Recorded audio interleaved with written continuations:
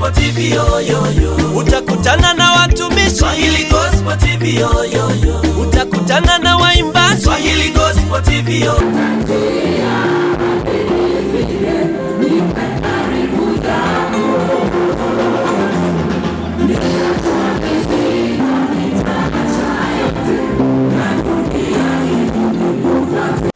Watumishi wa Mungu, niko na mwalimu wa kwaya ya Tumaini Shangilia kutoka Arusha.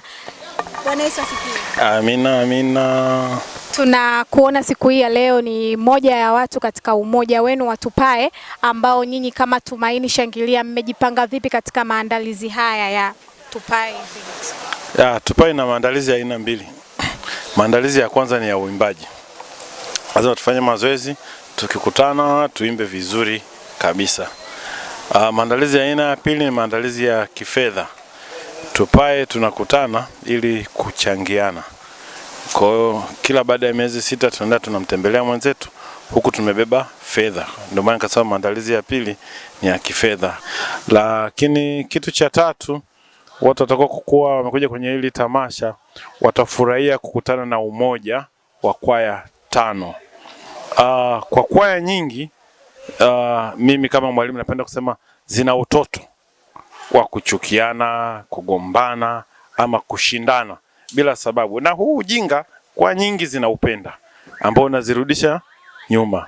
Sisi tukasema hapana, sisi lazima tukutane, tuimbe kwa kupendana, tuimbe kwa kusapotiana, tuimbe kwa kutiana moyo. Kwa hiyo kila mtu baada ya hapa tunaamini kuna kitu tutakuwa tumekiacha kwa kwaya Efata, watakifanyia maendeleo na urafiki wetu utakuwa umeendelea. Kwa hiyo watakuwa kuja hapa, watakuwa wamejifunza kwamba kumbe kwaya zinaweza zikakaa zikaimba pamoja bila kushindana, tena zikifurahiana na kumtukuza Mungu pamoja kwa furaha. Sisi tuseme kwamba asante sana Tumaini Shangilia. Umeniambia mnaimba Tumaini Shangilieni.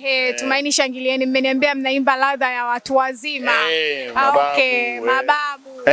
Kama kuna babu ambaye ana kipawa cha kuimba, mnamkaribisha. Tunamkaribisha aje akutane na mababu wenzake huko. Kwa hiyo vijana harusi. Sisi tunaimba babu, baba, mtoto. Kwa hiyo ndio maana tunaposema mababu, maana yake tuna watoto wetu ndani ya nini? Ya kwaya. Wale watoto wetu na wenyewe wana watoto ndani ya nini? Ya kwaya. Sasa sisi ndio kwaya pekee kwamba bibi na mjukuu wake wote wanaimba. Jambo la kumshukuru Mungu. Kwa hiyo na wewe mjukuu wetu na nikaribisha. Njoo. Tunaweza tukapata ladha kidogo ya nyimbo. Sasa kwa sababu ina nini watu taimba nyimbo ambayo sasa imetrendi Christmas ya juzi.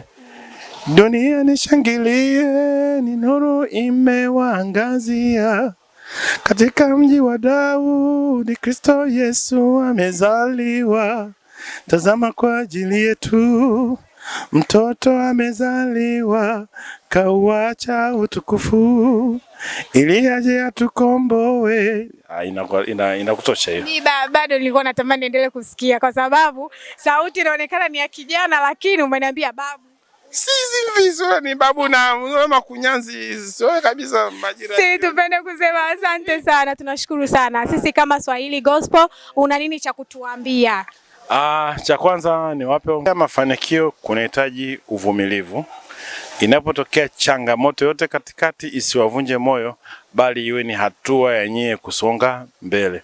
Mko katika ulimwengu ambao mashindano ni mengi, contents ni nyingi, lakini nyie mmeamua kuchukua contents kwa ajili ya Injili ya Yesu Kristo, Swahili Gospel, basi fanyeni hivyo na Mungu naye atawafungulia njia kabisa. Amina.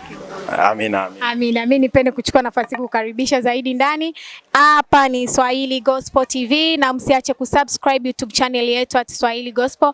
Pale notify and upate notifications za kutosha kuhusiana na matukio mbalimbali ya kiinjili zaidi hapa Tanzania. Asanteni sana. Swahili Gospel TV yo yo yo. Utakutana na watumishi Swahili Gospel TV yo yo yo. Utakutana na waimbaji Swahili Gospel TV yo.